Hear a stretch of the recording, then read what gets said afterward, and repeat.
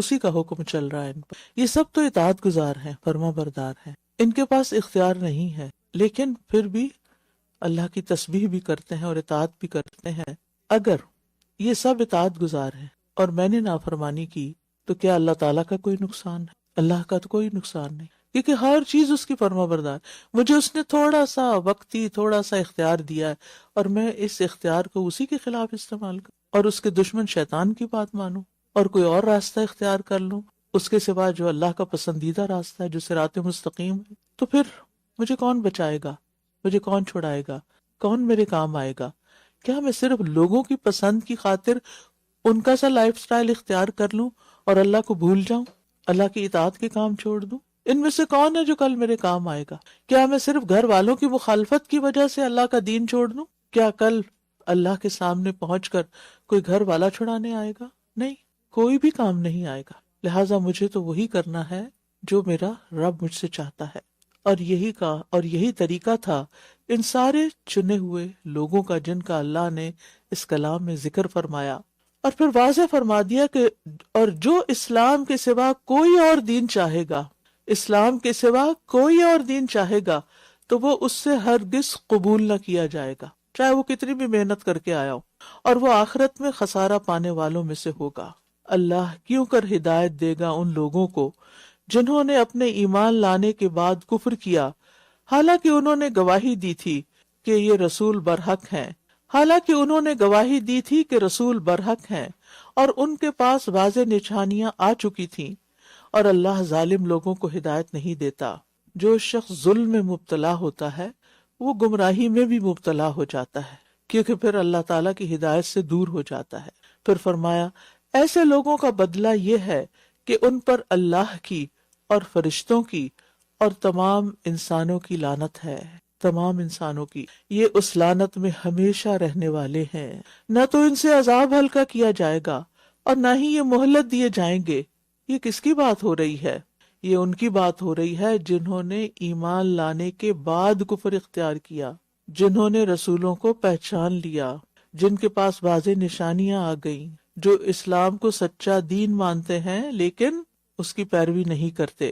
ایسے لوگوں کا بدلہ یہ ہے کہ ان پر اللہ کی اور فرشتوں کی اور تمام انسانوں کی لعنت، یہ اس لعنت میں ہمیشہ رہنے والے ہیں، نہ تو ان سے عذاب ہلکا کیا جائے گا اور نہ ہی یہ مہلت دیے جائیں گے. مگر جن لوگوں نے اس کے بعد توبہ کر لی، جنہوں نے اس کے بعد توبہ کی اور اصلاح کر لی، تو بے شک اللہ بہت بخشنے والا، نہایت رحم کرنے والا ہے. تو یاد رکھیے بڑے سے بڑے گناہگار کے لیے بھی توبہ کا دروازہ کھلا ہے. گناہ کتنا بھی بڑا ہو، گناہ کتنے بھی زیادہ ہوں، حتیٰ کہ آسمانوں تک پہنچ جائیں، لیکن اگر انسان سچے دل سے توبہ کرتا ہے تو اللہ سبحانہ وتعالیٰ پرواہ نہیں کرتا اور سارے گناہ معاف کر دیتا ہے. اس لیے اللہ سے توبہ کی توفیق بھی مانگتے رہیں اور توبہ بھی کرتے رہیں. یعنی کسی بھی نافرمان بندے کے سامنے توبہ کا دروازہ بند نہیں ہوتا، خواہ وہ کفر میں، شرک میں، نافرمانیوں میں، جہاں بھی پہنچ جائے، توبہ کا دروازہ کھلا ہے. ہاں، توبہ کا دروازہ کب بند ہوگا؟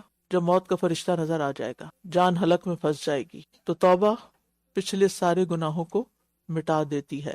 پھر فرمایا بے شک جن لوگوں نے اپنے ایمان لانے کے بعد کفر کیا، پھر وہ کفر میں بڑھتے چلے گئے، یعنی کفر میں ہی ترقی کر لی، توبہ نہیں کی اور آگے بڑھ گئے، تو ان کی توبہ ہرگز قبول نہ کی جائے گی، اور یہی لوگ دراصل گمراہ ہیں. بے شک جن لوگوں نے کفر کیا اور وہ اس حال میں مرے کہ وہ کافر تھے، تو ان میں سے کسی ایک سے بھی زمین بھر سونا، گولڈ ہرگز قبول نہ کیا جائے گا، اگرچہ وہ اسے فدیے میں دینا چاہے. یعنی خود کو بچانے کے لیے اگر پوری زمین بھر سونا، یعنی پورے پلانٹ کے وزن جتنا سونا وہ دینا چاہیں کہ یہ لے لے اور ہماری جان چھوڑ دیں، تو وہ قبول نہ ہوگا. اول تو وہ ملے گا ہی کہیں سے نہیں، اور اگر کہیں ہو بھی تو فائدہ نہیں. یہی وہ لوگ ہیں جن کے لیے دردناک عذاب ہے اور ان کے لیے کوئی بھی مددگار نہ ہوگا. اس لیے اس زندگی میں سب سے قیمتی چیز ایمان ہے، توحید پر قائم ہونا ہے، اور اچھا خاتمہ اس شخص کا ہے جو اسی کلمے کے ساتھ دنیا سے رخصت ہو. اسی کے لیے آگے بخشش اور نجات ہے.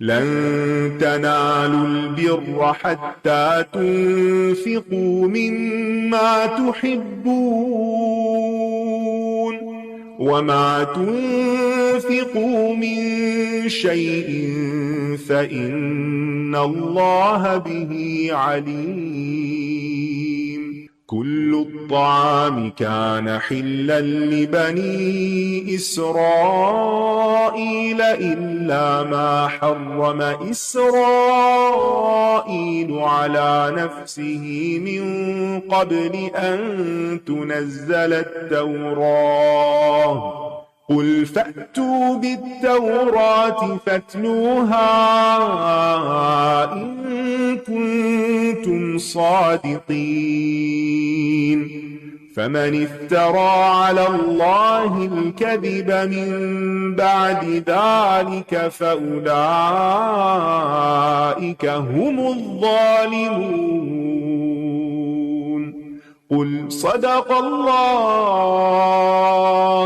فاتبعوا ملة إبراهيم حنيفا وما كان من المشركين. إن أول بيت وضع للناس للذي ببكة مباركا وهدى للعالمين. فيه آيات بينات مقام إبراهيم ومن دخله كان آمنا. ولله على الناس حج البيت من استطاع إليه سبيلا ومن كفر فإن الله غني عن العالمين. قل يا أهل الكتاب لم تكفرون بآيات الله والله شهيد على ما تعملون. قل يا أهل الكتاب لم تصدون عن سبيل الله من آمن تبغونها عوجا وأنتم شهداء وما الله بغافل عما تعملون. يا أيها الذين آمنوا إن تطيعوا فريقا من الذين أوتوا الكتاب يردوكم بعد إيمانكم كافرين. وكيف تكفرون وأنتم تتلى عليكم آيات الله وفيكم رسوله ومن يعتصم بالله فقد هدي إلى صراط مستقيم.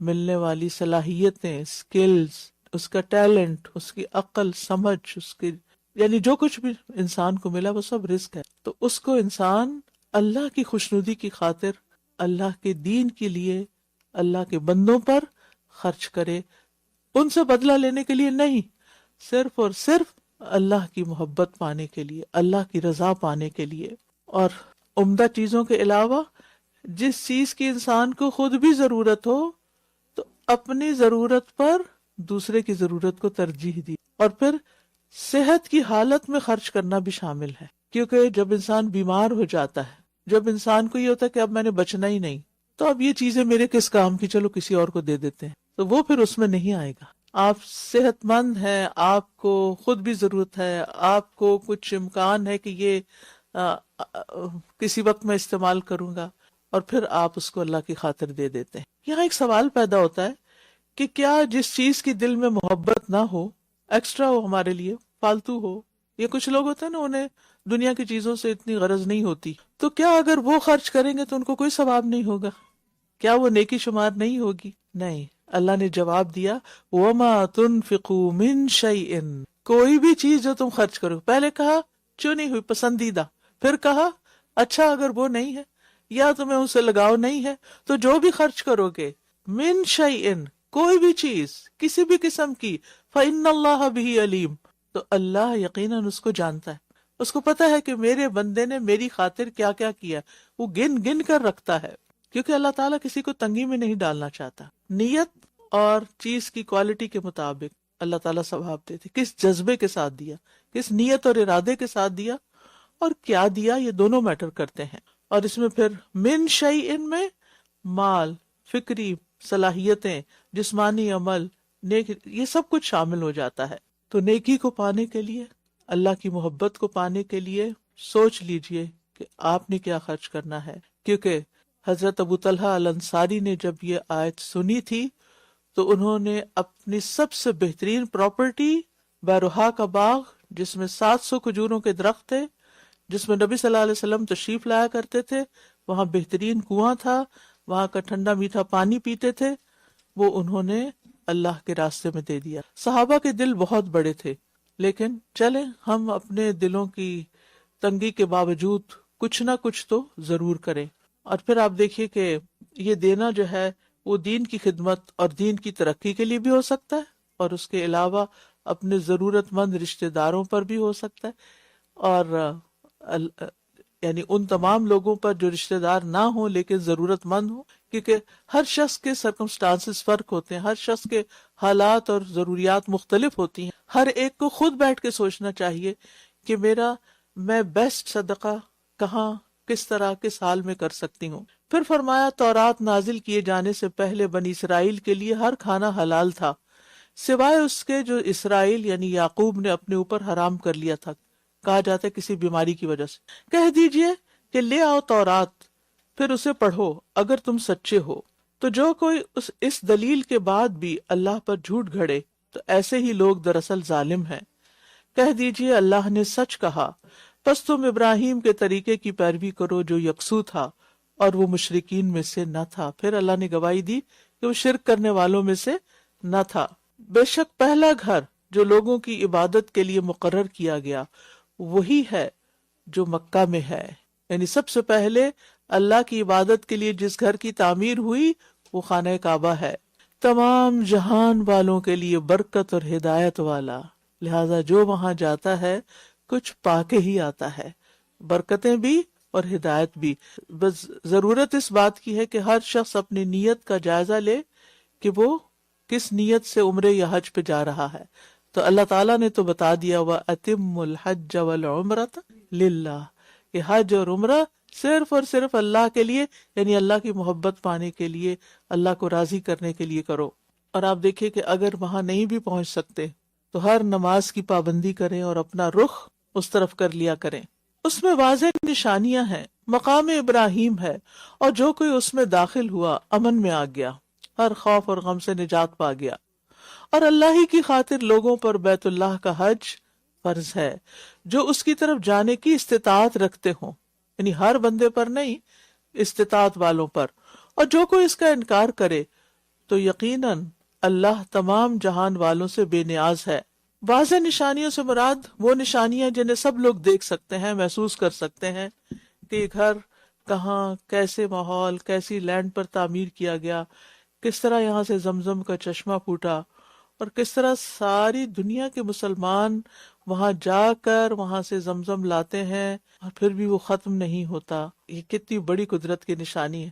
آپ نے دیکھا ہوگا کہ گرمیوں کے موسم میں عموماً پانی کی سطح نیچے چلی جاتی ہے، لہٰذا اگر بیک ہوم آپ کو یاد ہو کس طرح گرمیوں میں پانی کی ٹینکیاں سوکھ جاتی تھیں، یا پانی کے لیے موٹر روکنی پڑتی تھی کہ نیچے ہی پانی نہیں، زمین پہ ہی پانی نہیں، تو کس طرح اللہ سبحانہ وتعالیٰ اس پانی کو اتنا بابرکت اللہ نے بنا دیا کہ وہ ختم ہونے کا نام ہی نہیں لیتا۔ اور پھر یہ کہ کس طرح یہ پانی بھوک اور پیاس دونوں کو دور کرتا ہے، اور نہ صرف بھوک پیاس مٹاتا ہے بلکہ شفا کا باعث بھی ہے۔ اور پھر اس گھر کو اللہ نے اتنا امن والا بنا دیا کہ اگر کوئی کسی کی جان کا دشمن بھی وہاں داخل ہو جائے تو وہ نقصان نہیں دے سکتا۔ کہہ دیجئے اے اہل کتاب، کیوں تم اللہ کی آیات کا انکار کرتے ہو، حالانکہ جو کچھ تم کرتے ہو اللہ اس پر خوب گواہ ہے۔ کہہ دیجئے اے اہل کتاب، تم اس شخص کو اللہ کے راستے سے کیوں روکتے ہو جو ایمان لے آئے؟ تم اس راہ میں ٹیڑھا پن تلاش کرتے ہو، حالانکہ تم خود گواہ ہو، اور اللہ اس سے ہرگز غافل نہیں جو کچھ تم کرتے ہو۔ یعنی ایسے لوگوں سے محتاط ہونے کی ضرورت ہے جو انسان کے دل میں اس کے دین کے بارے میں شکوک و شبہات ڈال دیں، کیونکہ اس زمانے میں بھی ایسے لوگ تھے اور آج بھی ہیں جو لوگوں کے لیے دین کے اندر خیر کی بات کرنے کی بجائے اعتراض کرتے ہیں تاکہ دوسرے اس سے متنفر ہو جائیں، یا پھر ایسی مجلسوں کے بارے میں یا ایسے کاموں کے بارے میں جو لوگوں کو دین کی طرف لے جاتے ہیں۔ شیطان کے ہتھ کنڈوں میں سے، شیطان کے حربوں میں سے، شیطان کے کاموں میں سے ایک بڑا کام جو وہ اپنے ذمے لیتا ہے وہ یہ کہ اگر کسی کو دیکھتا ہے کہ وہ علم کے راستے پر جا رہا ہے تو اس کے لیے طرح طرح کی رکاوٹیں کھڑی کر دیتا، کیونکہ اسے پتا ہے کہ جب انہیں روشنی مل گئی، انہیں حقیقت کا پتہ چل گیا تو پھر میرے ہاتھ سے نکل جائیں گے، انہیں اللہ کی پہچان ہو گئی تو پھر یہ میرے بندے نہیں بنیں گے، میری بات نہیں مانیں گے۔ اگر انہیں آخرت کی فکر لگ گئی تو پھر یہ دنیا کی رونقوں میں جس کے ذریعے میں انہیں اللہ سے غافل کرتا ہوں اس سے نکل جائیں گے۔ اور پھر آپ دیکھیے کہ اللہ کے راستے سے روکنا اور اللہ کی آیات کو نہ ماننا یہ بہت بڑا جرم ہے، اور اللہ تعالیٰ سوال کر رہے ہیں لِمَ تَصُدُّونَ عَن سَبِيلِ اللَّهِ مَنْ آمَنَ تَبْغُونَهَا عِوَجًا، تم کیوں روکتے ہو، کیوں لوگوں کو ایسی باتیں کرتے ہو؟ گویا کسی کو بھی دین سے روکنا یہ بہت بڑا جرم ہے۔ اے لوگوں جو ایمان لائے ہو، اگر تم اہل کتاب کے ایک گروہ کی اطاعت کرو گے تو وہ تمہارے ایمان لانے کے بعد تمہیں کافر یعنی مرتد بنا دیں گے اگر تم نے ان کی باتیں مانی۔ اور اس کا آغاز ہوتا ہے شبہات پھیلانے سے۔ شبہات میں پڑنے سے انسان سیدھے رستے سے پھسل جاتا ہے، لہٰذا ایسی تمام چیزوں سے ہوشیار رہنا چاہیے جس سے آپ کے دل میں کسی قرآن کی کسی آیت کے بارے میں یا دین کے کسی حکم کے بارے میں کوئی شک و شبہ آئے، یا اللہ تعالیٰ پر کوئی ناراضگی آئے یا بدگمانی آئے تو اس کا فوراً علاج کر لینا چاہیے۔ اور تم کیسے کفر کر سکتے ہو حالانکہ تم پر اللہ کی آیات پڑھی جاتی ہیں اور اس کا رسول بھی تم میں موجود ہے، اور جس نے اللہ کے دین کو مضبوط تھام لیا تو یقیناً وہ سیدھی راہ کی طرف ہدایت دے دیا گیا۔ تو سبق یہ ملتا ہے کہ فتنوں سے بچنے کے لیے قرآن و سنت کو مضبوطی سے تھامنا ضروری ہے۔ اللہ کی آیات پڑھی جاتی ہیں اور رسول بھی موجود ہے، تو گویا دونوں چیزیں ضروری ہیں، کتاب اللہ اور سنت رسول اللہ، اور اسی سے انسان ثابت قدم رہ سکتا ہے۔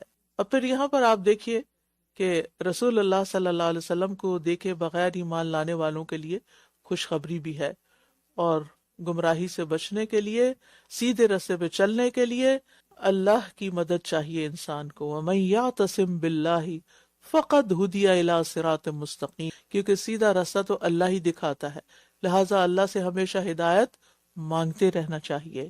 یہاں میں چھوٹی سی آپ کو بریک دوں گی جس میں آپ اپنے ریفلیکشن دے سکتے ہیں، اور آپ میں سے اب تک آپ نے جو بھی سنا اس میں جو بات آپ کو ہٹ کی، یا آپ کو پسند آئی، یا آپ اپنے عمل کے لیے لے جانا چاہتے ہیں ساتھ، تو آپ ضرور، ویسے تو سب کچھ ہی ساتھ لے جانا چاہیے، لیکن خاص طور پر کون سی بات جس سے دوسرے بھی انسپائر ہو سکتے. اگر مائک دیجیے، بس ون لائنر، لمبی بات نہیں کرنی کیونکہ ٹائم مختصر کم ہے ہمارے پاس. السلام علیکم ورحمۃ اللہ وبرکاتہ. مجھے یہ بات وعلیکم بہت السلام. پسند آئی کہ یہ ایک بہت عام سی بات ہے جی کے پاس نعمت دے دلوں میں جیلسی آ جائے. اللہ سے مانگے، ان بہت بہت کچھ دے سکتا ہے آپ کو، لہٰذا گننا شروع کر دیں. اور کون ہاتھ کھڑا کر لیجیے تاکہ پیچھے سے ہاتھ کھڑا گننا شروع کر دیں تاکہ آپ کو اپنی نعمتیں ہی نظر آئیں، کسی اور کی. مجھے جو بات اچھی لگی ہے وہ ہے خرچ کرنا اللہ کے لیے. اور اس کا فائدہ ہم ہی کو، اگر ہم اللہ کے راستے میں خرچ کرتے ہیں. آپ دیکھیے کہ جیسا آپ دیں گے نا آپ کو ویسا ملے گا.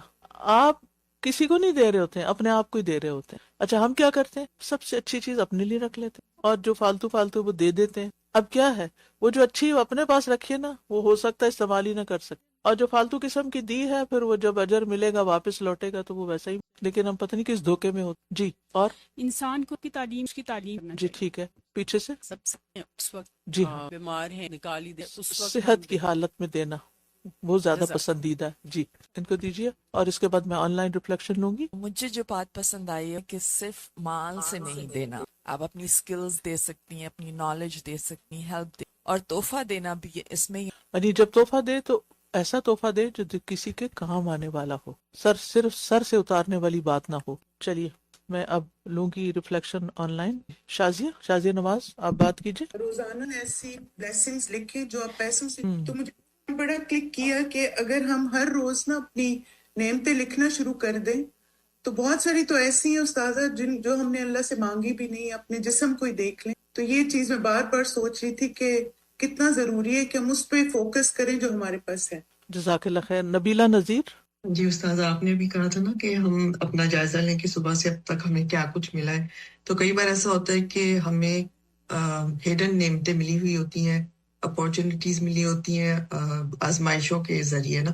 تو جیسے میرے اسپیشل نیڈز بیٹی ہے تو اس کی کیئر جو ہے وہ صبح شام اس کی کیئر کرنا، اٹھانا بیٹھانا کھلانا، یہ بھی ساری اپارچونیٹیز ہیں خیر کمانے کی. اور الحمدللہ کوئی حسد بھی نہیں کرتا ایسی اپارچونیٹیز میں. اور اس کو بھی نعمت جاننا چاہیے کہ اللہ تعالیٰ نے ہمیں یہ اپارچونیٹی دی ہے کہ ہم کسی کی کیئر کر سکتے ہیں اپنی صحت کے ذریعے، اب جو کچھ اللہ تعالیٰ نے ہمیں دیا. جزاک اللہ خیر. جزاک اللہ خیر. جی نیلوفر. بہت اچھی آج ایک بات سیکھی کہ اگر اللہ کی محبت چاہیے تو ربانی بننا ہے، اور ربانی بننے کے لیے سیکھنا سکھانا پڑھنا پڑھانا ہے.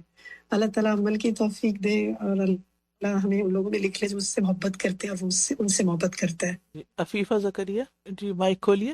عطیہ فاروق جی یہ سب سے اوپر ہیں لوگ، ان کا مائک کھول دیجیے، انمیوٹ کیجیے مائک. جی استاذ عطیہ فاروق ہیوسٹن ٹیکسس سے. یہ میں نے آیت نمبر 89 سے لیا ہے اپنے لیے عمل کی بات کہ توبہ کا دروازہ ہمیشہ کھلا رہتا ہے، تو توبہ کرتے رہنے چاہیے اور اللہ تعالیٰ سے توبہ کی توفیق مانگنی چاہیے، چاہے ہمارے گناہ کتنے ہی زیادہ کیوں نہ ہو، مایوس نہیں ہونا چاہیے. جزاک اللہ خیر. فریدہ شکیل مائک انمیوٹ کیجیے. جی تاجہ جی، میں نے دیکھا کہ قرآن اور سنت جو ہے وہ شیطان کی ہر شر سے محفوظ رکھتا ہے اور ہدایت کا راستہ بھی دکھاتا ہے، اور ہمیں چاہیے کہ اللہ کی راہ میں بہترین سے بہترین چیز جو بھی ہو صدقے میں وہ دینی چاہیے، اور اللہ کے ہر حکم پہ کرنا چاہیے. جزاک اللہ خیر. عظمی نورین. یہ جو بات آ رہی ہے نا یہاں پہ کہ اگر تم اطاعت کرو گے ایک ایسے گروہ کے اہل کتاب میں سے تو وہ تم کو پھیر دیں گے اور تمہارے ایمان کو جو ہے وہ متزلزل کریں گے.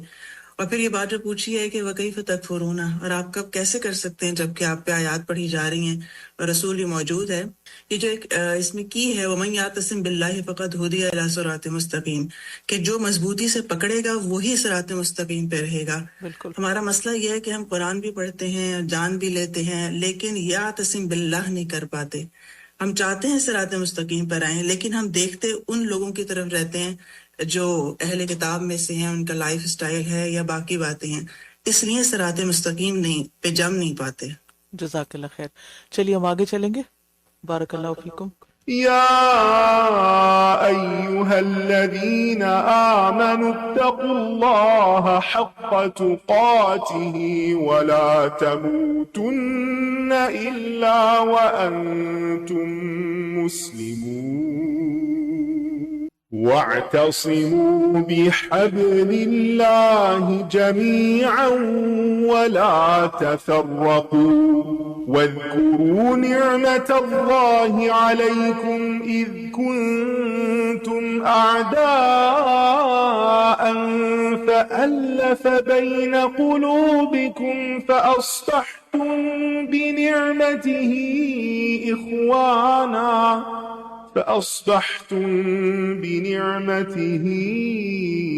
إخوانا وكنتم على شفا حفرة من النار فأنقذكم منها كذلك يبين الله لكم آياته لعلكم تهتدون ولتكن منكم أمة يدعون إلى الخير ويأمرون بالمعروف وينهون عن المنكر وأولئك هم المفلحون ولا تكونوا كالذين تفرقوا واختلفوا من بعد ما جاءهم البينات وأولئك لهم عذاب عظيم يوم تبيض وجوه وتسود وجوه فأما الذين اسودت وجوههم أكفرتم بعد إيمانكم فذوقوا العذاب بما كنتم تكفرون وأما الذين ابيضت وجوههم ففي رحمة الله هم فيها خالدون تلك آيات الله نتلوها عليك بالحق وما الله يريد ظلما للعالمين ولله ما في السماوات وما في الأرض وإلى الله ترجع الأمور۔ اے لوگو جو ایمان لائے ہو، اللہ سے ڈرو جیسا کہ اس سے ڈرنے کا حق ہے، اور تمہیں ہرگز موت نہ آئے مگر اس حال میں کہ تم مسلمان ہو۔ حق تقاتہ، اللہ کا تقوی کیسا؟ جیسا اس کا حق ہے، یعنی اس کی اطاعت کی جائے، نافرمانی نہ کی جائے، اسے یاد رکھا جائے، بھلایا نہ جائے، اس کا شکر ادا کیا جائے، ناشکری نہ کی جائے، اور تقوی ہی حسن خاتمہ کا سبب ہے۔ موت کا تو نہیں پتہ کب آ جائے گی، اس لیے انسان کو ہمیشہ تقوی کی حالت میں ہی رہنا چاہیے، کیونکہ وَلَا تَمُوتُنَّ إِلَّا وَأَنْتُمْ مُسْلِمُونَ، موت نہ آنے پائے مگر یہ کہ تم مسلمان ہو۔ ہمیں نہیں پتا کس وقت موت کا فرشتہ سامنے آ جاتا۔ آپ نے ایسے مناظر دیکھے ہوں گے، اب تو سوشل میڈیا کی وجہ سے کوئی چیز چھپی نہیں رہ گئی، ہر چیز سامنے آ گئی ہے کہ لوگ کھڑے ہیں، کام پر کھڑے ہیں اور اچانک گر جاتے ہیں، سجدے کی حالت میں ہیں، سر نہیں اٹھا پاتے، کھانا کھا رہے ہیں، کچھ پڑھ رہے ہیں، خطبہ دے رہے ہیں، کچھ کر رہے ہیں، اور موت اچانک آ کے دبوچ لیتی۔ ہم میں سے نہیں پتا کسی کو بھی کہ کب، کہاں، کیسے، کس طرح موت آ جائے۔ لہٰذا ہمیشہ اپنے دل کو ٹٹولتے رہیں کہ اس میں اللہ کی یاد ہے کیا، اس میں اللہ سبحانہ و تعالیٰ کی محبت ہے کیا، اللہ کی خشیت ہے، اللہ کا خوف ہے، اللہ کی نگرانی کا احساس ہے، اللہ کے سمیع و بصیر ہونے کا احساس ہے، اور میں اس وقت جو کام کر رہی ہوں کیا یہ اللہ کی پسند کا کام ہے یا نہیں۔ تو یہ ہر وقت اپنا جائزہ ہم خود لے سکتے ہیں، اپنی نگرانی خود کرنا ہوگی، اور صرف بیماری کے وقت نہیں، صحت اور سلامتی کے وقت بھی اللہ کی فرما برداری پہ قائم رہنا تاکہ موت اسلام کی حالت میں آئے۔ اور تم سب مل کر اللہ کی رسی کو مضبوطی سے تھام لو، اور تم سب مل کر اللہ کی رسی کو مضبوطی سے تھام لو، اور فرقہ فرقہ مت بنو، اور اپنے اوپر اللہ کی اس نعمت کو یاد کرو جب تم آپس میں دشمن تھے تو اس نے تمہارے دلوں میں الفت ڈال دی، بس تم اس کے فضل سے بھائی بھائی بن گئے، اور تم آگ کے گڑھے کے کنارے پر تھے تو اس نے تمہیں اس سے بچا لیا۔ اسی طرح اللہ تمہارے لیے اپنی آیات کھول کر بیان کرتا ہے تاکہ تم ہدایت پاؤ۔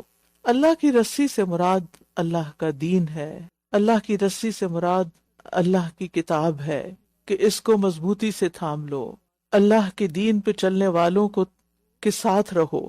ابن مسعود کہتے ہیں کہ اس سے مراد مسلمانوں کی جماعت ہے کہ ان کے ساتھ مل کے رہو، الگ الگ نہ رہو۔ اور آج کے دور میں ایسی جگہ جا کے گھر مت بناؤ کہ جہاں نہ کوئی مسجد ہو، نہ کوئی مسلمان ہو، اور نہ ہی تم کسی دین کو کچھ جانتے ہو۔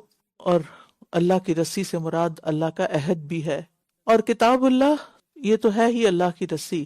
عبداللہ بن عباس فرماتے ہیں کہ بے شک اس سیدھے راستے پر آمد و رفت رہتی ہے، یہاں شیاطین آتے ہیں اور بلند آواز سے کہتے ہیں اے اللہ کے بندے دوسرے رستے پہ آ جاؤ، پس تم اللہ کی رسی کو مضبوطی سے تھام لو، بے شک اللہ کی رسی قرآن ہے۔ جب انسان اس کتاب کو تھامے گا اور مل کے یعنی اجتماعیت اختیار کرو اور تفرقہ نہ کرو، الگ الگ نہ ہو، گروہوں میں نہ بٹ جاؤ جیسے ہم سے پہلوں کی امتیں بٹ گئیں اور انہوں نے اپنے الگ الگ نام رکھ لیے۔ ہمیں تو اللہ نے مسلمان پیدا کیا اور ہمارا نام بھی مسلمان رکھا۔ اور پھر اس سے بڑھ کر دلوں اور زبانوں کے ساتھ اللہ کی نعمتوں کو یاد رکھو۔ کیوں؟ تاکہ اللہ تعالیٰ مزید فضل سے نوازے، دنیا میں بھی اور آخرت میں۔ جو نعمتوں کو یاد رکھتا ہے، جو احسانات کو یاد رکھتا ہے جو اللہ نے اس پر کیے، اور جو بندوں کے احسانات بھی یاد رکھتا ہے، اللہ سبحانہ وتعالیٰ اس سے مزید فضل اور احسان سے نوازتا ہے۔ ہمیں ملنے والی جو نعمتیں ہیں ان میں سے سب سے قابل ذکر نعمت اسلام کی نعمت ہے، لہٰذا اپنے اسلام پر شکر گزار رہیں۔ اور پھر دلوں اور روحوں کی تسکین بھی اسی دین میں ہے جس کی بنیاد قرآن و سنت پر ہے، اور اگر اس کو پکڑے رکھیں گے تو پھر ہدایت کے راستے پر رہیں گے۔ كَذَلِكَ يُبَيِّنُ اللَّهُ لَكُمْ آيَاتِهِ لَعَلَّكُمْ تَهْتَدُونَ۔ اور تم میں ضرور ایک ایسا گروہ ہونا چاہیے۔ آپ دیکھیے پیچھے اجتماعیت کی بات کی نا، کہ کس طرح تم صراط مستقیم پہ رہ سکتے ہو، کس طرح تمہیں استقامت نصیب ہوگی۔ اب اس کا ایک اور طریقہ بتایا گیا کہ دین پر استقامت اس وقت ہوتی ہے جب مسلمانوں کے اندر ایسے لوگ موجود رہتے ہیں جو لوگوں کو خیر کی طرف بلاتے رہتے ہیں، دین کی دعوت دیتے رہتے ہیں، نیکی کا حکم دیتے ہیں، برائی سے روکتے ہیں۔ اور تم میں ضرور ایک گروہ ایسا ہونا چاہیے جو لوگوں کو خیر کی طرف بلائے اور نیکی کا حکم دے اور برائی سے روکے، اور یہی لوگ فلاح پانے والے ہیں۔ یہ کامیابی کا راستہ ہے، لہٰذا آپ سب بھی اس میں شریک ہو سکتے ہیں کہ اپنے ساتھ اور لوگوں کو بھی لے کر آئیں، اور اگر وہ آ نہیں سکتے تو ان تک اس پروگرام کا ہی کم از کم لنک بھیج دیں کہ وہ گھر بیٹھ کر سن لیں، کیونکہ یہ کیا ہے؟ کامیابی کا راستہ ہے، یہی لوگ فلاح پانے والے ہیں۔ کیونکہ بعض اوقات انسان اپنی زبان سے کسی کو نیکی کا حکم نہیں دے سکتا یا برائی سے نہیں روک سکتا، لیکن اللہ کی بات سنوا کر ان تک اللہ کا پیغام پہنچا سکتا ہے۔ تو اللہ کی رسی کو مضبوط پکڑنے اور اختلاف سے بچنے کی صورت نیکی کا حکم دینا اور برائی سے روکنا ہے۔ اور یہاں یہ بھی پتہ چلتا، اس بات کا بھی پتہ چلتا ہے کہ دین کی دعوت دراصل ہے کیا؟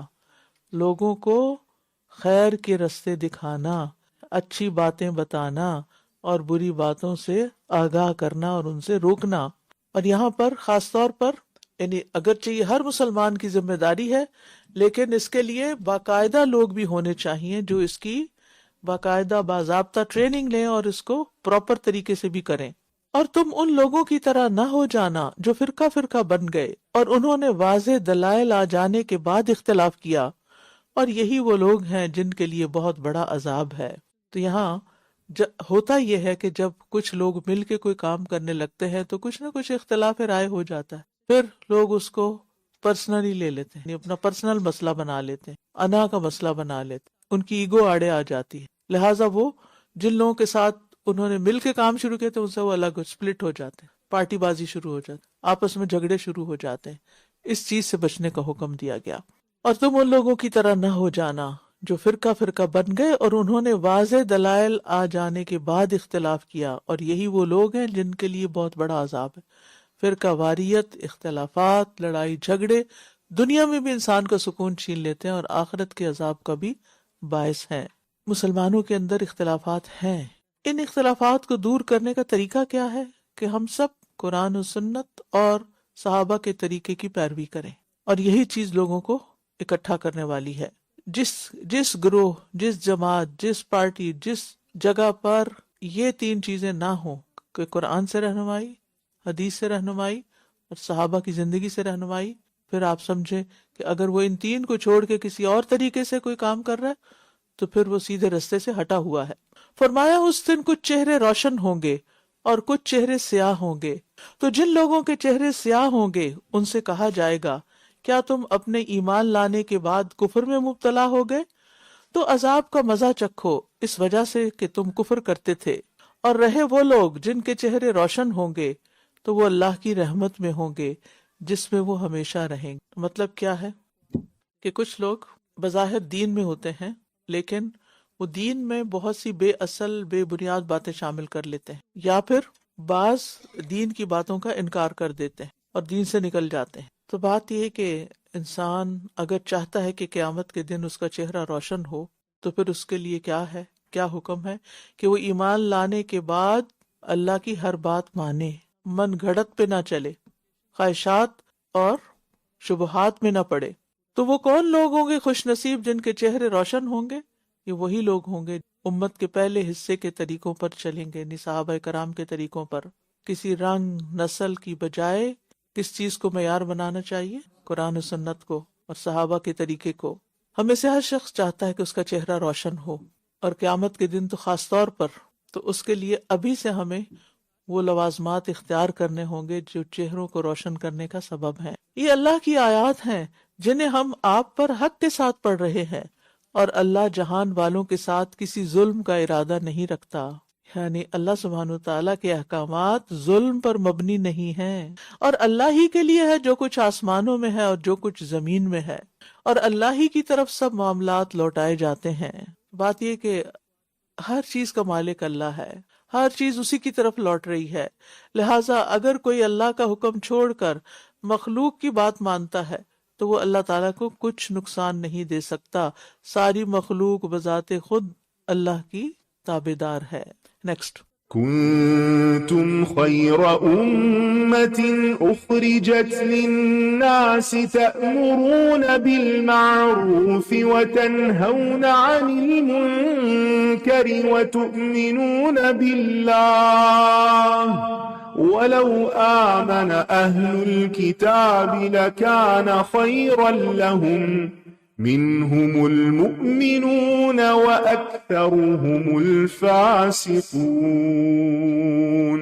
لن يضروكم إلا أذى وإن يقاتلوكم يولوكم الأدبار ثم لا ينصرون ضربت عليهم الذلة أينما ثقفوا إلا بحبل من الله وحبل من الناس وباءوا بغضب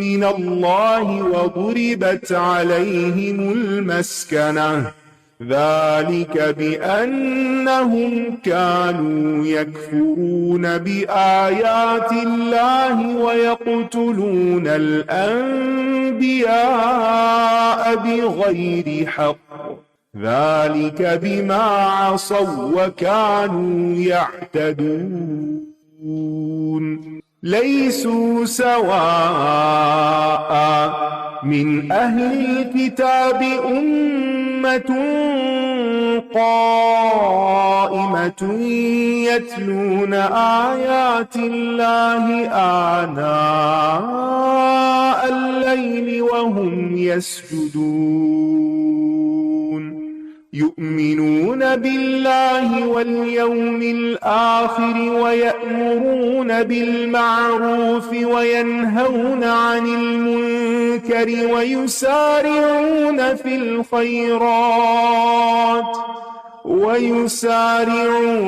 الخيرات وأولئك من الصالحين وما يفعلوا من خير فلن يكفروه والله عليم بالمتقين إن الذين كفروا لن تغني عنهم أموالهم ولا أولادهم من الله شيئا وأولئك أصحاب النار هم فيها خالدون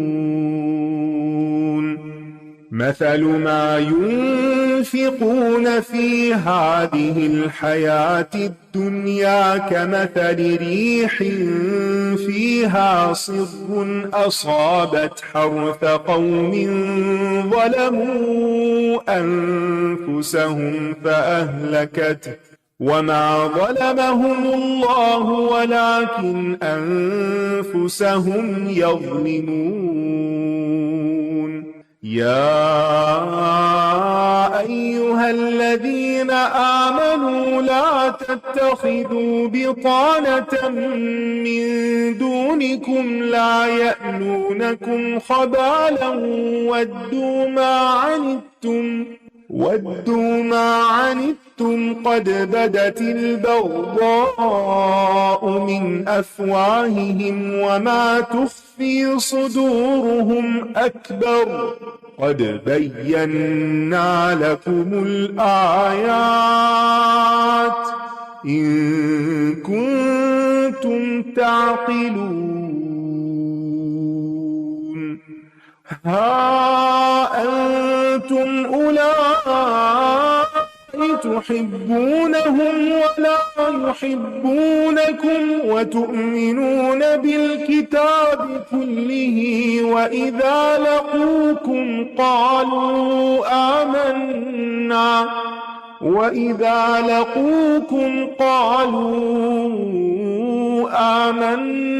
وإذا خلوا عضوا عليكم الأنامل من الغيظ قل موتوا بغيظكم إن الله عليم بذات الصدور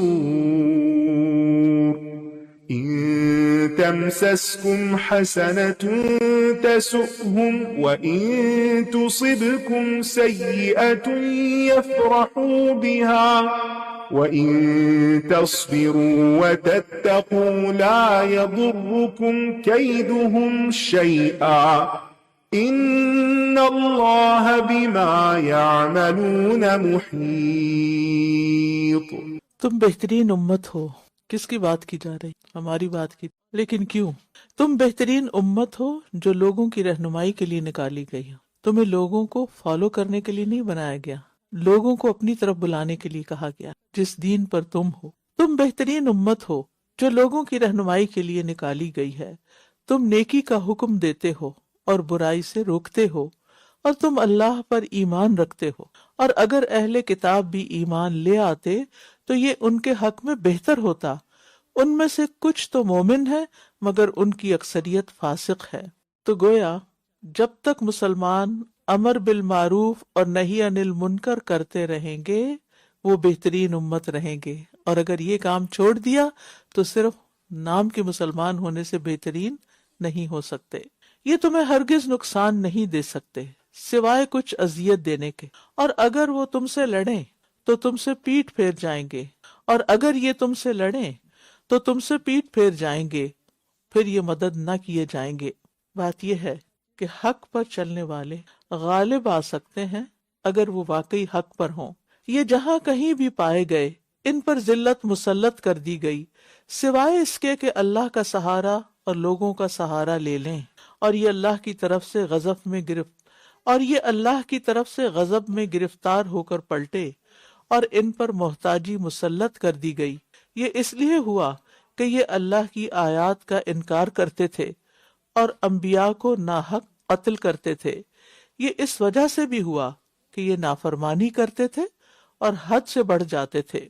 یاد رکھیے، ایمان والوں کو، علم والوں کو، اللہ کی طرف بلانے والوں کو اذیت پہنچانا اور دوسروں کو ان کے بارے میں بدگمان کرنا، یہ کسی مسلمان کا کام نہیں ہو سکتا، کیونکہ علماء انبیاء کے وارث ہوتے ہیں، جو آپ کو دین کی بات سکھاتے ہیں اور جو آپ کو دین کی طرف بلاتے ہیں، ان کی قدر کرنی چاہیے۔ لیکن پہلی قوموں نے، اہل کتاب کے لوگوں نے کیا کیا؟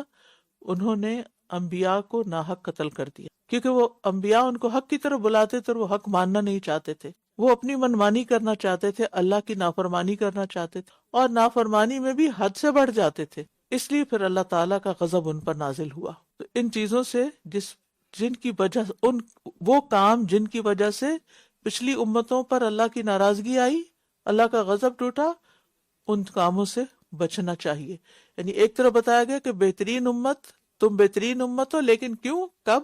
جب یہ کام کرو گے۔ اور دوسری طرف ان قوموں کی پیروی نہیں کرنی جنہوں نے اللہ کی ناراضگی مول لی، جو مغضوب علیہم بنے۔ یہ سب ایک جیسے نہیں ہیں۔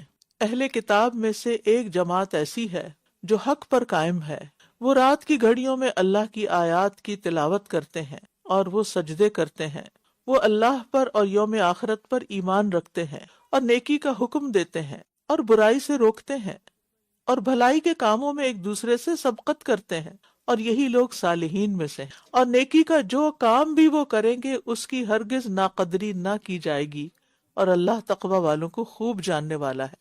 تو اس سے کیا پتہ چلتا؟ اللہ تعالیٰ کا انصاف پتہ چلتا کہ کسی بھی گروہ کے اندر اگر ایسے لوگ موجود ہیں جو اللہ کے اطاعت گزار اور فرما بردار ہیں، تو چاہے بظاہر وہ اس گروہ میں ہوں، لیکن اللہ سبحانہ وتعالیٰ ان کی نیکی کی قدر ضرور کرتا ہے۔ آپ دیکھیے کہ کس کی نیکی کی قدردانی کی جائے گی اور ناقدری نہیں کی جائے گی؟ جن کے اندر یہ صفات ہوں۔ نمبر 1، رات کی گھڑیوں میں اللہ کی آیات کی تلاوت نماز میں، اور وہ سجدے کرتے ہیں۔ ابھی بھی راتیں لمبی، تہجد کی عادت ڈالیے۔ اللہ اور یوم آخرت پر ایمان، اس کی تجدید کرتے رہے۔ نیکی کا حکم دینا اور برائی سے روکنا اپنی ٹو ڈو لسٹ میں ڈال لیجیے۔ بھلائی کے کاموں میں ایک دوسرے سے آگے نکلنا، پیچھے نہیں رہنا۔ اچھا وہ بھی تو نہیں کرتا، میں کوئی ضروری ہے میں کروں؟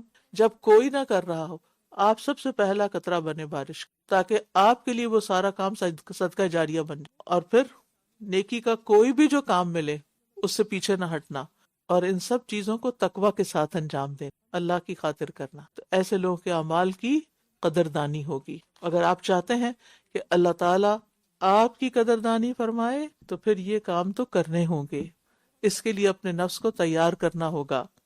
جی، اوروں کو رائٹ دے دیں، ساتھ لے آئیں، کسی کو اطلاع کر دیں، کسی کا حال چال پوچھ لیں، ان کو خیر کی بات بتائیں۔ اللہ تعالیٰ چھوٹی سے چھوٹی نیکی کو بھی ضائع نہیں کرتا، حتیٰ کہ اللہ کے راستے میں نکلنے والے پاؤں کی گرد جو ہے یا برف یا پسلن، اس کی بھی قدردانی کہ میری یہ بندیاں ہر مشکل کو پیچھے چھوڑ کر اللہ کی خاطر اللہ کی کتاب سننے کے لیے حاضر ہو گئیں۔ اور پھر آپ دیکھیے کہ واللہ علیم بالمتقین، اس بات کی فکر کرتے رہنا چاہیے کہ میرے اندر تقوی ہے کہ نہیں، میں اپنا تقوی کیسے بڑھاؤں۔ اور اس پریشانی پر بھی اجر ہے۔ کس پریشانی پر؟ اس فکر پر، کیونکہ اکثر ہمیں اپنے بارے میں فکر لگ جاتی ہے، پتہ نہیں میں کہاں کھڑا ہوں، پتہ نہیں میری یہ کچھ کوشش قبول بھی ہو رہی ہے، پتہ نہیں میں اللہ کی نگاہ میں کس مقام پر ہوں، اللہ تعالیٰ مجھ سے ناراض تو نہیں۔ تو یہ جو فکر مندی ہے نا، آپ میں سے ہر کوئی، یعنی جو بھی نیکی کے راستے میں آگے نکلنا چاہتا ہے اس کو یہ فکر ضرور لگتی ہے۔ یہ بالکل ایسا ہی ہے کہ جیسے اگر آپ کا کوئی امتحان ہو تو آپ نے جتنی چاہے تیاری کی ہوئی ہو، کیا ہوتا ہے؟ فکر رہتی ہے نا، پتہ نہیں عین وقت پر میرے ساتھ کیا ہوگا، میں وہ سب لکھ بھی پاؤں گا یا نہیں جو میں نے یاد کر رکھا ہے۔ اور بعض اوقات ایسا ہوتا ہے نا، ہم باہر آ کے کہتے ہیں مجھے سب کچھ آتا تھا، لیکن پتہ نہیں اس وقت تو میرا مائنڈ بلینک ہو گیا۔ ہم سب ان ایکسپیرینس سے گزرتے ہیں، ان سارے تجربات سے گزرتے ہوئے آخرت کی فکر کر لینی چاہیے۔ کہیں ایسا نہ ہو کہ وہاں میں دیکھوں میں تو اتنا کچھ کیا تو وہ کدھر ہے، نظر ہی نہ آئے، ریاکاری کر کے، احسان جتا کے، دکھاوا کر کے سب ملیا میٹ کر دیا، یا شرک کر کے یا بدعات میں پڑھ کے سب ضائع کر دیا۔ تو اس بات کی فکر مندی رہنی چاہیے اور اللہ سے ہدایت مانگتے رہنا چاہیے۔ اسی لیے ہر نماز کی ہر رکعت میں سورۃ فاتحہ پڑھی جاتی ہے کہ اہدنا الصراط المستقیم۔ پھر فرمایا یقیناً وہ لوگ جنہوں نے کفر کیا، ان کے مال اور ان کی اولاد انہیں اللہ سے بچانے میں ہرگز کچھ بھی کام نہ آئیں گے، نہ مال نہ اولاد، اور یہی لوگ آگ کے ساتھی ہیں، یہ اس میں ہمیشہ رہنے والے ہیں۔ مومن کو چاہیے کہ اپنے مال اور اولاد سے اپنی آخرت بنائے. یہ دو بہترین چیزیں جو کسی کو ملیں وہ انہیں اپنی آخرت بنانے کے لیے استعمال کرے. یہ ان اسباب میں سے ہیں جو انسان کو اگر ان کو انسان صحیح رستے پر لگائے تو وہ اس کے لیے صدقہ جاریہ بن جاتے ہیں، درجات کی بلندی کا ذریعہ. یعنی اگر آپ کی اولاد نیک ہے اور آپ دنیا سے چلے بھی گئے ہیں تو ان کی نیکیوں کا فائدہ آپ کو پہنچتا رہے، ان کی دعائیں آپ کو پہنچتی. آپ نے اپنی زندگی میں کوئی مال اچھے کام میں لگا دیا، آپ دنیا سے چلے بھی گئے، اس کا پروفٹ آپ کے نامہ اعمال میں جمع ہوتا رہے گا، صدقہ جاریہ. تو مال اور اولاد اس لیے دیے اللہ نے تاکہ یہ نعمت صرف دنیا کے لیے نہیں. اصل میں ان دونوں چیزوں کو ہم کیا سمجھتے ہیں؟ یہ دنیا کی چیزیں ہیں. بھائی ہیں دنیا کی، لیکن یہ ان سے ہم دنیا بھی اچھی بنا سکتے ہیں، مال سے اپنا کمفرٹ بنا سکتے ہیں، اور اسی طرح اولاد سے بھی بہت سے فائدے اٹھا سکتے ہیں. لیکن اصل میں اللہ نے ہمیں یہ دی اس لیے ہے کہ صرف دنیا نہیں، ان سے اپنی آخرت بنانی ہے. تو آپ سب سوچئے اس پر کہ میں اپنے مال اور اولاد کے ذریعے کس طرح اپنی آخرت بنا سکتی ہوں، کیا کیا کر کے. اس دنیا کی زندگی میں جو کچھ یہ خرچ کرتے ہیں اس کی مثال اس ہوا کی طرح ہے جس میں سخت سردی ہو، جو ایسے لوگوں کی کھیتی کو جا پہنچے جنہوں نے اپنی جانوں پر ظلم کیا، پھر وہ اس کھیتی کو برباد کر کے رکھ دے. اور اللہ نے ان پر ظلم نہیں کیا، لیکن یہ خود اپنی جانوں پر ظلم کرتے ہیں. دنیا میں کیا گیا کوئی بھی عمل آخرت میں کب کام آئے گا؟ جب وہ ایمان کے ساتھ کیا جائے، خلوص نیت کے ساتھ کیا جائے، اس میں ریاکاری سے بچا جائے، اللہ کی رضامندی حاصل کرنے کے لیے کیا جائے، کتاب و سنت کی پیروی کے مطابق کیا جائے. تو جو صدقہ خیرات ان شرائط پر پورا نہیں اترے گا اس کا فائدہ نہیں ہوگا. وہ ایسا ہی ہوگا کہ جیسے آپ نے بڑی محنت سے ایک کھیت لگایا، اپنا گارڈن سجایا، اور ایک ٹھنڈی ہوا چل، بازو کا ایسا ہوتا ہے نا، مئی جون میں بھی آپ نے جو پنیری لگائی بھی ہوتی ہے، ایک ٹھنڈی ہوا آتی ہے اور وہ سب ختم ہو جاتے اور سبزیاں نہیں اگتی. تو ایسے ہی آپ نے بڑی محنت کر کے کوئی نیکی کمائی اور ریاکاری کر کے ساری گنوا دی، ایک بات نے سب برباد کر دیا. جیسے ایک ہوا کا جھونکا ہوتا ہے نا، پتہ نہیں چلتا ہوا آ رہی ہے ٹھنڈی، ایسے ہی منہ سے بات نکلتی ہے، وہ بھی بات بھی ایک ہوا کی شکل میں، وہ ایک بات ہم کرتے ہیں اور ہمیں پتہ بھی نہیں ہوتا، سب صاف ہو چکا ہوتا ہے. اللہ تعالیٰ ہمیں محفوظ، ہمیں عقل، سمجھ، حکمت دے، بصیرت دے کہ ہم بولنے سے پہلے سوچا کریں. اے لوگو جو ایمان لائے ہو، اپنوں کے علاوہ دوسروں کو رازدار نہ بناؤ، یہ تمہاری خرابی میں کمی نہ کریں گے. یہ دل سے چاہتے ہیں کہ تم کسی مشکل میں پڑ جاؤ. یعنی جو حاسد ہوتے ہیں وہ یہی سوچتے ہیں. یقیناً ان کے منہوں سے بغض ظاہر ہو چکا ہے، اور جو ان کے سینے چھپاتے ہیں وہ تو زیادہ بڑا ہے. یقیناً ہم نے تمہارے لیے نشانیاں کھول کر بیان کر دی اگر تم عقل رکھتے ہو. گویا انسان دلی دوست اس کو بنائے جو اس کے دین پر ہو، مخلص ہو، سچا مومن ہو، اس کے دل میں آپ کے لیے کوئی بغض نہ ہو. کیونکہ جن لوگوں کی باتوں سے ان کے دل کا بغض ظاہر ہو جائے ان سے احتیاط برتا کریں، ان کے سامنے جا کے اپنے سارے راز نہیں کھولیں. فرمایا ہاں تم وہی لوگ ہو جو ان سے محبت رکھتے ہو جبکہ یہ تم سے محبت نہیں رکھتے. ہاں تم وہی لوگ ہو جو ان سے محبت کرتے ہو جبکہ یہ تم سے محبت نہیں کرتے. اور تم تمام کتابوں پر ایمان رکھتے ہو، اور جب یہ تم سے ملاقات کرتے ہیں تو کہتے ہیں ہم ایمان لائے، اور جب یہ اکیلے ہوتے ہیں تو تم پر غصہ کی وجہ سے اپنی انگلیاں کاٹ کھاتے ہیں. کہہ دیجئے مر جاؤ اپنے غصے میں، یقیناً اللہ سینوں کے بھید خوب جاننے والا ہے. اگر تمہیں کوئی بھلائی پہنچے تو وہ انہیں بری لگتی ہے، حاسد ایسا ہی ہوتا ہے، اور اگر تمہیں کوئی برائی پہنچے تو یہ اس پہ خوش ہوتے ہیں. اور ایسی صورت میں اگر تم صبر کرو اور تقوی اختیار کرو تو ان کی چال تمہیں کچھ بھی نقصان نہ دے گی. یقیناً جو کچھ یہ کر رہے ہیں اللہ اس کو گھیرنے والا ہے. صبر اور تقوی کے ذریعے انسان اپنے حاسدوں، دشمنوں کی چالوں سے محفوظ ہو جاتا ہے، ایسے نقصانات سے بچا جا سکتا ہے. آپ دیکھیے کہ صبر کب ہوتا ہے؟ جب کسی کی آپ بہت سی باتیں کسی کے اپنے خلاف سن اور آپ کو سمجھ آ رہی ہوتی ہے کہ وہ کہاں سے بول رہا ہے، حسد کی وجہ سے بول رہا ہے، تو آپ اس پر جوابی کارروائیاں نہ شروع کر دیں، ان باتوں کو بہت اہمیت نہ دیں، وہ جھگڑا نہ شروع کر دیں. صبر کریں، اللہ سے مدد مانگیں، اور اگر کوئی بات کرنی بھی پڑے، کوئی پوچھے بھی، تو دل کے تقوی کو حاضر کر کے زبان سے صرف حق بات کہیں، زیادہ نہیں، ورنہ آپ ظالم ہو جائیں گے. یہ چند لفظ ہیں لیکن بڑے ہی قیمتی ہیں. وَإِن تَصْبِرُوا وَتَتَّقُوا لَا يَضُرُّكُمْ كَيْدُهُمْ شَيْئًا. کسی کی بھی سازش، چال، بدنیتی اور آپ کے خلاف جو بھی وہ کرنا چاہتا ہے اس سے بچنے کے لیے صبر تقوی کا دامن، اس کو اپنی عادت بنا لو. اور صبر بولنے میں بھی ہوتا ہے، بہت زیادہ شکوے شکایت کرنا اور بار بار اس چیز کا تذکرہ کرنا.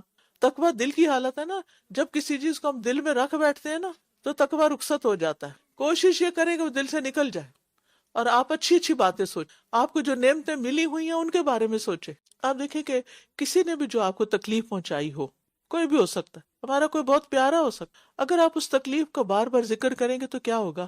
وہ تکلیف بڑھے گی یا کم ہوگی؟ بڑھے گی اور زیادہ ہو جائے گی، اور پھر وہ پکی ہو جائے گی، پھر وہ آپ کے مزاج کا حصہ بن جائے گی، پھر وہ آپ کو عمل میں پیچھے کر دے گی، کیونکہ آپ کی ساری انرجی اس پہ لگ رہی، آپ کی پروڈکٹیوٹی ختم ہو جائے گی.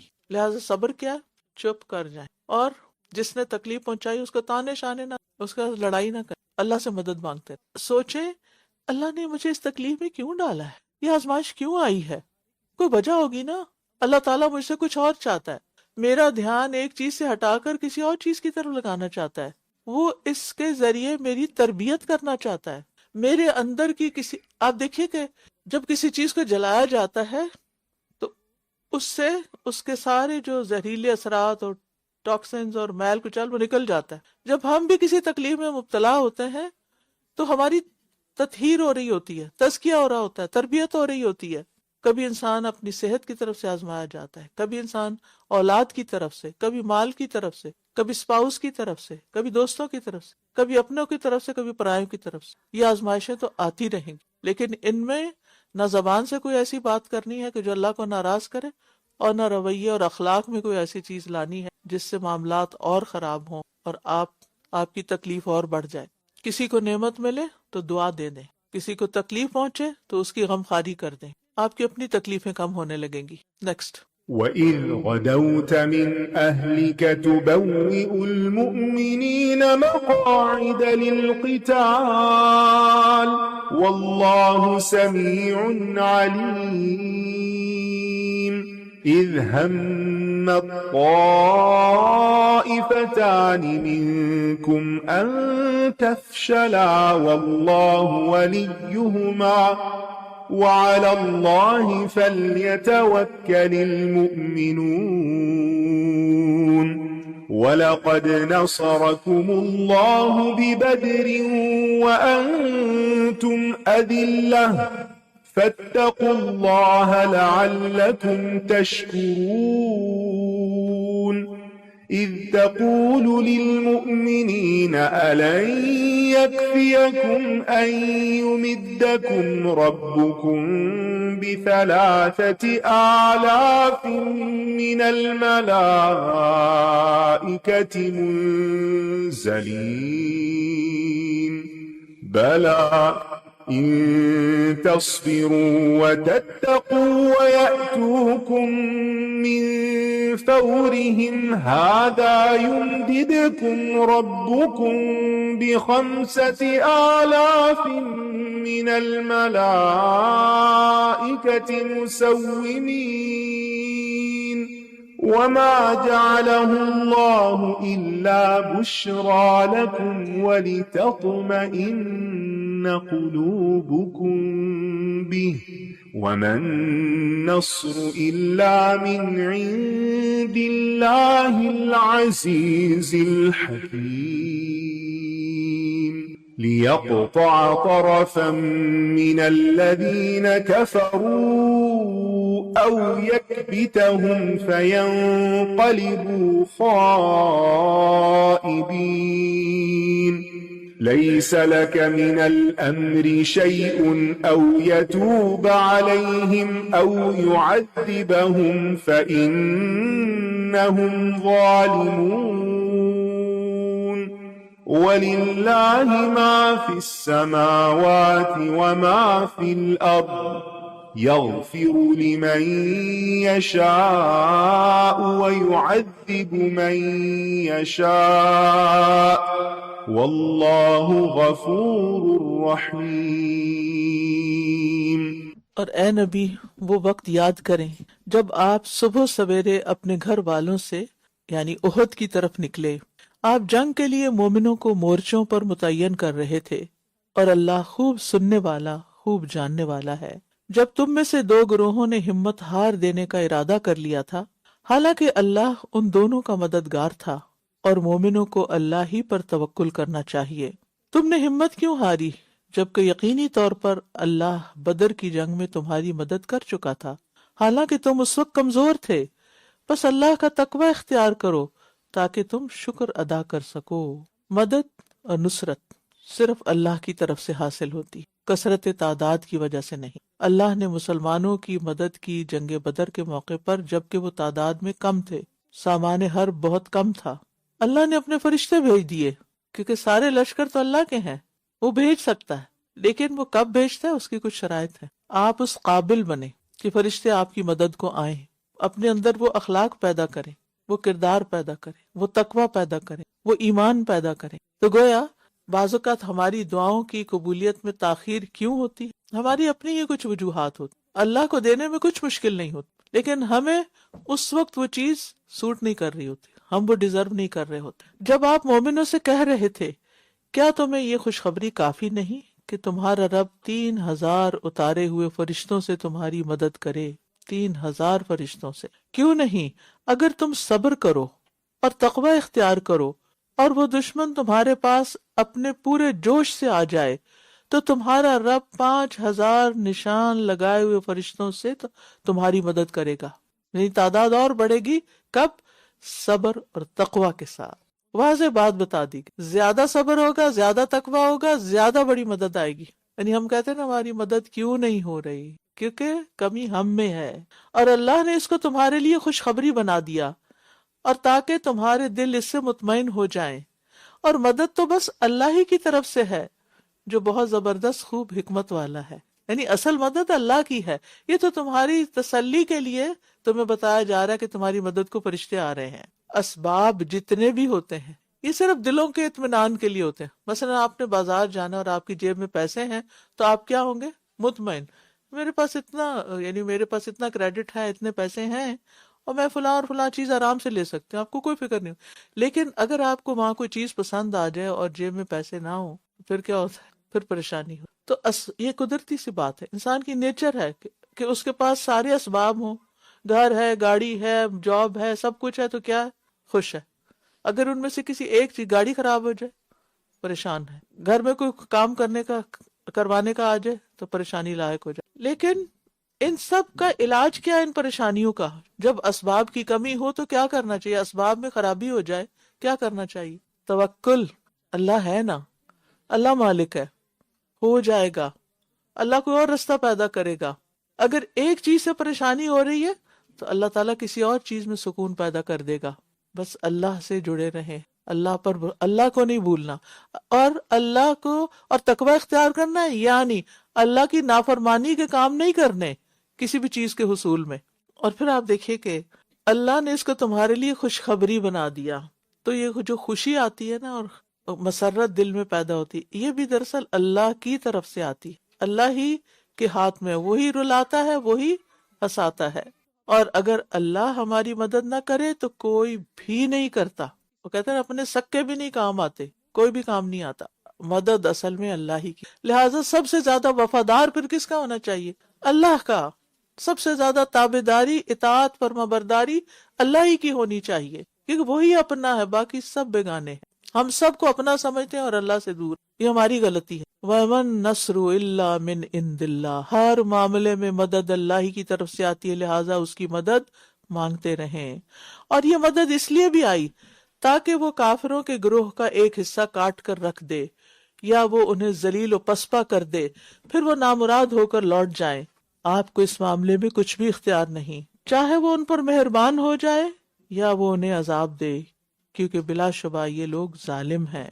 تو مختار کل اور عالم الغیب ذات صرف اللہ سبحانہ تعالیٰ کی ہے، اور اللہ ہی کے لیے ہے جو کچھ آسمانوں میں ہے اور جو کچھ زمین میں۔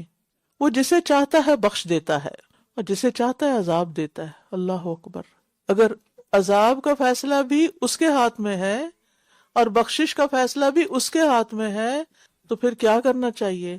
اسی کو راضی کر لینا چاہیے۔ اور اللہ بہت بخشنے والا، نہایت رحم کرنے والا ہے، غفور الرحیم ہے، لہٰذا اچھا گمان رکھ کر اسی کی طرف پلٹیں۔ تو یاد رکھیے، انسان کے لیے اللہ کی ناراضگی کا اللہ کی ناراضگی کی ایک صورت یہ بھی ہوتی ہے کہ اللہ تعالیٰ انسان کو اس کے نفس کے حوالے کر دیتا، اور نفس کیا ہے؟ ظالم ہے، جاہل ہے، وہ برائی کی طرف جاتا ہے. ان النفس لامارۃ بالسوء. نتیجتاً کیا ہوتا ہے؟ اللہ کی پکڑ آ جاتی ہے. اب یہاں دیکھیں آیت میں عذاب اور مغفرت کا ذکر کیا گیا ہے، لیکن آیت کا اختتام غفور الرحیم پر ہو رہا ہے. یعنی اللہ تعالیٰ تو بخشنا ہی چاہتا ہے، عذاب نہیں دینا چاہتا. اللہ تعالیٰ تو وہاں سے رحمت کرتا ہے کہ انسان سوچ بھی نہیں سکتا. تو ہمیں اسی کی طرف رغبت کرنا، اسی کی طرف رجوع کرنا ہے، اسی سے مدد مانگنی اور اسی سے بخشش مانگنی اور اسی سے رحمت مانگنی. اللہ تعالیٰ ہم سب پر اپنی رحمتیں اور بخشش نازل فرمائے.